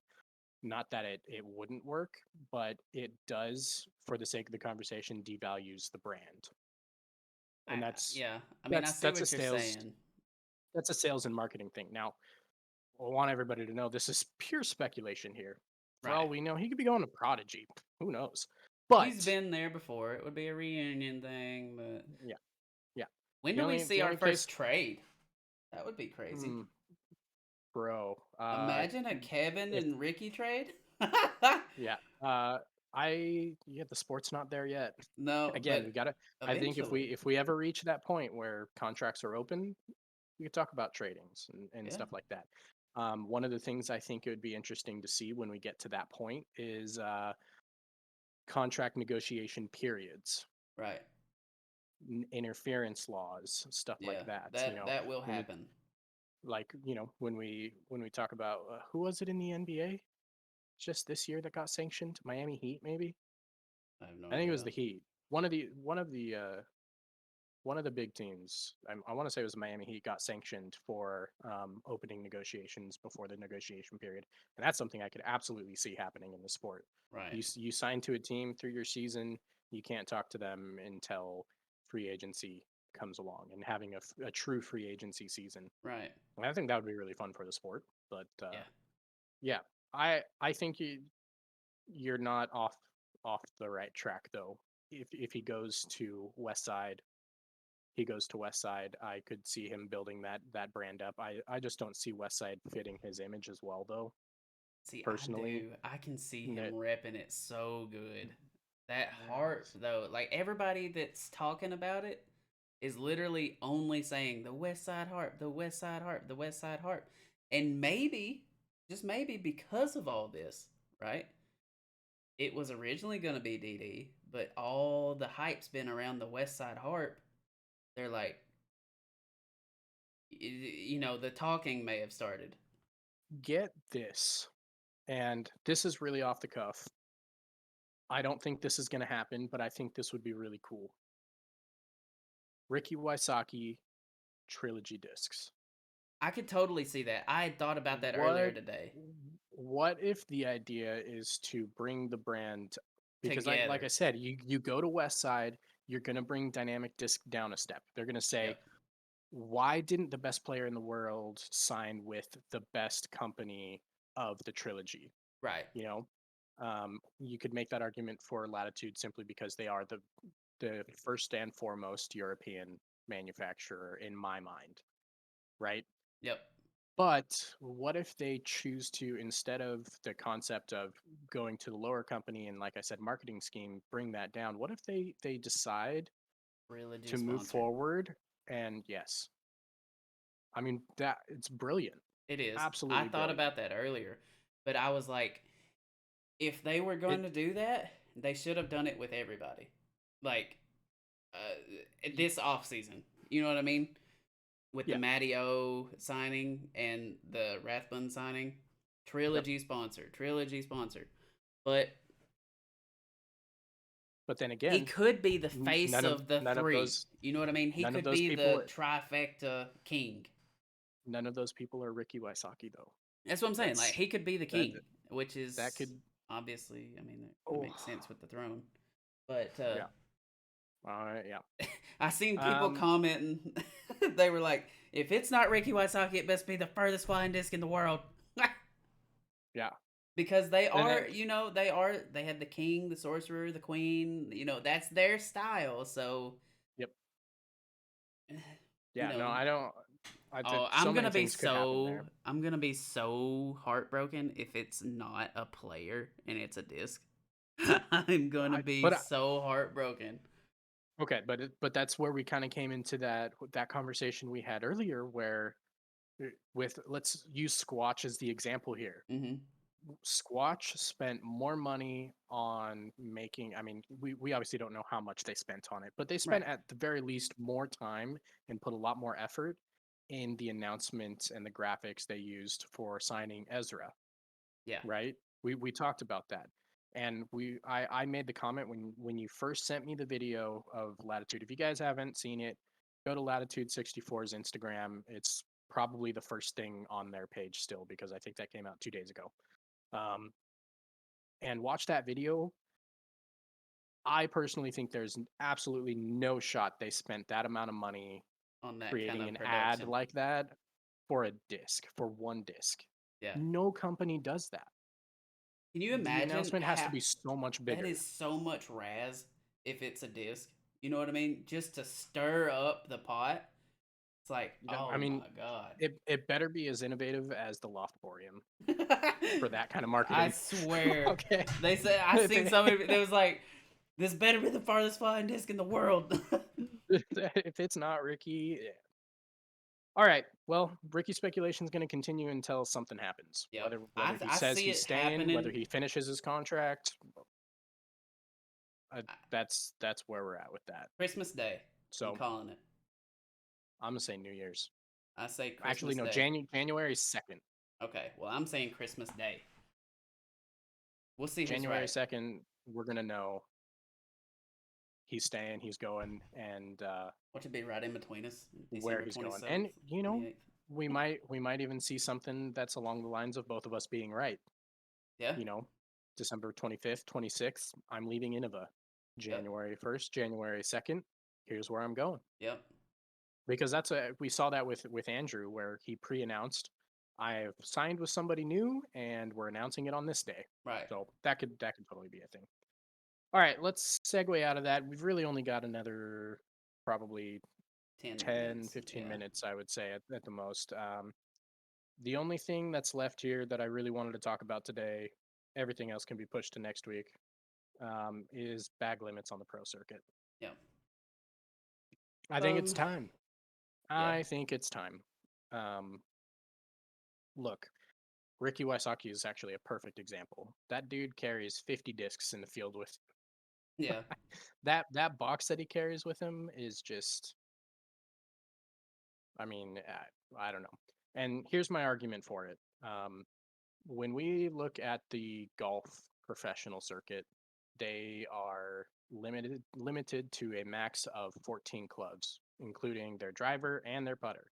So that means everything in between those two clubs has to fit within 12 slots. Now, 14 doesn't fit disc golf, obviously, No. but and I am going to be the first to say that I could not give you an accurate number as to what I believe should be a bag limit for this circuit, for the pro circuit, but I would say 20, 25, Yeah, I somewhere in that agree. I don't region. think that you limit them because you want to see every possible shot. You want to see every player's best shot, right? Right. So if that requires more discs, I'm fine with it. But 30 discs, you don't need. You don't need 30 discs. No. Um, Um, yeah, and I think this comes down to one of the things that we're going to talk about next week, is par in golf or in disc golf soft on the pro circuit. everybody. And Whew, that's a excuse me. conversation people have had, and we'll talk about that, and we'll bring up bag limits when we get into that next week and how that affects par as well. But I think that having bag limits is one of the ways that we can um, take in par and make it harder without making the holes harder. That's just one simple step. Right. Because let me tell you, as a golfer on the course, if I could have every angle of wedge that I wanted, that makes half of the shots on the tour or on the course 10 times easier. by having a different angled club, but being able to take what you have and make it work for you on the course is something that I think the professional level should be able to do, and they can do. We know they can do that. Um, and I think that having a bag limit is something that can take par and make it a little bit harder. Yeah. And I know that, as you said, we want to see them throwing their best shots. Well, yes, that's true, but I also kind of want to see them throw their best shots when they don't have that disc that only comes out once in an entire weekend. Right. You know, when they have to start choosing what discs are actually going to be in their bag and making sure, and a lot of players do have smaller bags for certain tournaments and yada yada yada, but I would like to see them eliminating the large bags on the tournament. Yeah. I So, can. I definitely don't disagree. I disagree. so if you guys have any opinions on bag limits in the pro circuit, let us know. Yeah. Let us I know. think Um. So are you wanting to do the uh build a bag? yep, All right. we have Lead we us have into it. themed a build a bag. We have themed a build a bag this week. We did it last week. I didn't post about it on Twitter. We spent a lot of time last week on Twitter interacting and starting to grow a following. This week, 100%, we will post a um, Poll. a Twitter Yeah, poll. there it is. I was like, I That's knew what what I you was was like. trying to say, but I couldn't say I was it like, it's there. We're either. gonna post a Twitter poll. We will probably post it on Twitter at about the same time that this is going to go live on YouTube Mhm. for post production watch. Um, but we've themed our build a bag this week. We picked the Music City Open site of Cedar Cedar Hill. Hill.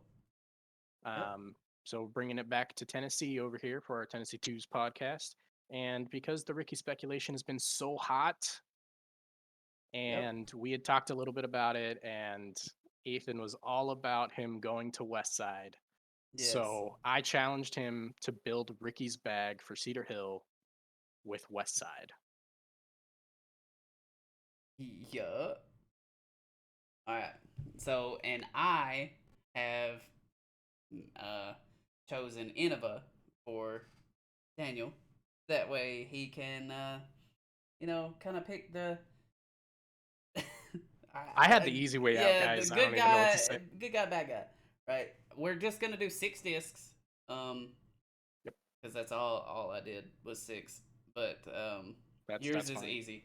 So I don't even basically, have to think. um, I'm I'm gonna go ahead and start off with um the harp, of course. Um, and then I'm going to go with the maiden, Okay. the king, the ballista pro, He can't not throw a Ballista Pro.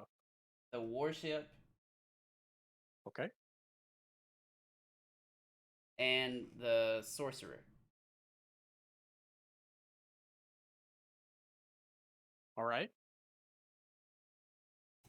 And I'll have to. that is my 6. All right. Now, unfortunately, I had the cop out. He pushed me back to Innova, Yep.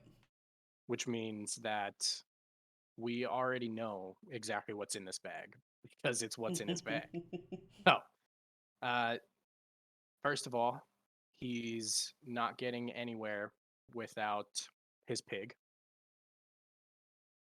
No shot he goes anywhere without a pig. Um, I thought that he actually, like back in the day, I thought he was putting with P2s at one point, but I guess that's wrong. I must have been thinking about another player. Um, so we're gonna add the AVR to that list. Um, I believe that is his primary putter now. He's throwing a rock. Um, I'm pretty sure that's really the only mid range that he's going to take to every single course. He has a couple other mid ranges that he'll flit in and out of his bag from tournament to tournament, but the Rock is the one that you're going to see out of his hand most often. And then you're going to see a T-Bird 3. Yep. I love that disc. Yep. I mean, self-explanatory there. You're going to see a Firebird. I'm putting the Firebird in his bag. And then, I mean, Star Destroyer. Yeah. It's that's the Ricky bag. I mean, So I would push back on one, I think. what do you got? Instead of the T-Bird 3, I think he'd kind of been throwing the Invictus a whole lot.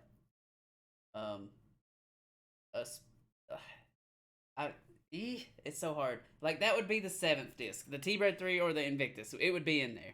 You know what I mean? Because that's like the, well, because I mean, ow. the Invictus is kind of like his disc, is it not? Yeah, it is. So I It's feel like it pretty has much- to be in there. It has to be in there, but And the pig. at Cedar Hill, I think at Cedar Hill he's gonna throw the T-Bird T-Bird 3 3. more. I think so too. And I think I remember seeing him throw the T-Bird 3 a few times out there. So the one thing I don't remember, the Invictus, what are the flight stats? I think for it's Invictus? 10-5. It's like an Onyx. Yeah, think- see, and I think it's a 10 speed. I'm pretty sure. I don't hold me to that because the Invictus is still pretty new. I have one, but it's up on my wall. It's that one. That one. yeah. So then, yeah, so you wouldn't replace the T-Bird with that. You would replace Right. the Firebird. Okay. See, Because but it doesn't fly like the Firebird. It flies more like a destroyer, I guess. It's just more straight. Yeah, when they initially released it, they literally described it as a faster Firebird. Yeah, a faster Firebird, slower destroyer. Yeah. But I mean, I don't know. Cedar Hill is because there's such So much interesting woods, yeah. Yeah, and they're not necessarily closed off. You don't need to hit super tight lines most of the time, Right. but the ceiling at Cedar Hill is you need glide. Yep. And I guess I could see him using an Invictus over a Firebird just because of that extra speed, get that extra 20 feet Right. through the low ceiling. But in the other, well, the other thing about the Firebird is that I guess we would talk about the Firebird's going to be a little more understable, I believe, than the Invictus, right? Mm-hmm. If I remember correctly. And one of the things that you kind of need at Cedar Hill is those long meandering turns. Yeah, and he could make the destroyer do that. So it's possible. I don't know. Yeah, he could, but I think that the Firebird would hold the forehand line a little better for him. But anyways, yeah, that's all speculation. Yep, that's a lot of what this was. Yep. So, but yeah, good bag. I'm excited. Yeah, I need to do a little more research into your bag and kind of look at it just to see what I'm thinking because a couple of those discs I'm familiar with like the flight numbers of them, Yeah. but I'm not familiar with how that looks in actual practice. Yeah. So I'd have to look at it. Basically, the Maiden, and the Warship are gonna, or not the Maiden and the Warship, but the Harp and the Warship are gonna be kind of in that same slot. I think the Warship can probably reach out about 320 for him, whereas the Harp probably 260. And yeah, so the Warship's only gonna be reason his, I put that in there is strictly because of Cedar Hill. yeah, the Warship is kind of like his pig versus the Harp being more like the ABR. Yeah. Less speed, less Yeah. glide. Pretty much, yeah. Put it like that. Is the Warship overstable too? It is overstable, but it's not as overstable as the Harp. Like it's an overstable disc, but it's not a zony, or No, like a pig overstable though. it's like a rock Like overstable. So like a pig. Yeah. It's The pigs are overstable, but they're not. It's not the zone. Yeah, exactly. The zone's in a class of its own. Yeah, All right. and that's where the Harp is too. The Harp is basically a zone. The harp fits his putting style better though. Like It does. yeah, it's just that high flop that he Oh, what I does. would do to see Ricky back. I really want that. I want to see that so bad. You Please just make it want a happen. fresh batch of Tour Series harps. Let's be Oh honest. my God! Don't get me started. Yes, I love the harp. uh, Um, yeah. all So right. Well, I believe that's we've come to the end of the episode. What do you think? How do you feel I about think episode number 2? I think that's it. Well, I mean, first things first, a lot smoother. It was pretty smooth. It was a lot smoother. Not as As- nervous this time either. Yep. Better transitions. Yeah, Didn't over accentuate time too much on any topic. no, I'd say. we didn't spend 30 But minutes on introductions, and we yeah, still ended up with 2 hours of content. Like, with 3 topics to be pushed back to next week. yeah, I that's might crazy. add. We can So talk disc golf now. Y'all just bear with us. hey, don't worry. We This got is disc for golf those to long talk. car rides. You know what I Yeah, mean? This is for those long car absolutely. rides. But I can't wait to But get this out anyways, on the podcast networks. yeah. Last thing I'd have to say is help us out a little bit. Follow us on all the socials. Twitter's the one that we really need to grow right now. Mm-hmm. Twitter is where we're going to do 90% of our through the week communication with you guys. We're going to post a lot on Instagram. Yep. Instagram is going to be where we kind of show you what we're up to. We're going to post some videos here, videos there, some pictures, but Twitter is where we're going to talk to you the Yep. most. So if you guys get a chance, follow us on Twitter. And Instagram. We're only The handle. 11. Let me check. Let me check. We are 13 followers away from 100 on Instagram. So We are like 87 followers away from 100 on Twitter. we will get there. Been posting some reels. Been getting a lot of good feedback on them. In the Yeah, we just last had a two couple. in the last 2 reels that we've done, we've had over 7,000 views. So Yep. combined, which is awesome. That's Yeah. awesome. We will be doing a giveaway at some point. Not sure as the milestone yet. But if you made it this far into the episode, just know that we appreciate you. Yep. And Yeah. you will be able to be entered into the game. Yeah. Yeah, and don't worry, this community is going to grow quite a bit faster once we start hitting the podcast market as well. Agreed. We're going to always continue to do live streams. So we really, if you guys are around, get on the live stream, comment with us, talk to us, interact with us while we're live. But we are aware that most of our listens will come from the podcast market when we get there. Yep. So that's all I got. All right. I'll go ahead and close Thank her you out guys. then. Yeah. Thank you guys all for joining us today. And we will see you next week, next Tuesday. Yep. And we appreciate everyone. And this concludes the second episode of Tennessee 2's Disc Golf. We greatly, greatly, greatly appreciate all the support. Thank you guys. Peace.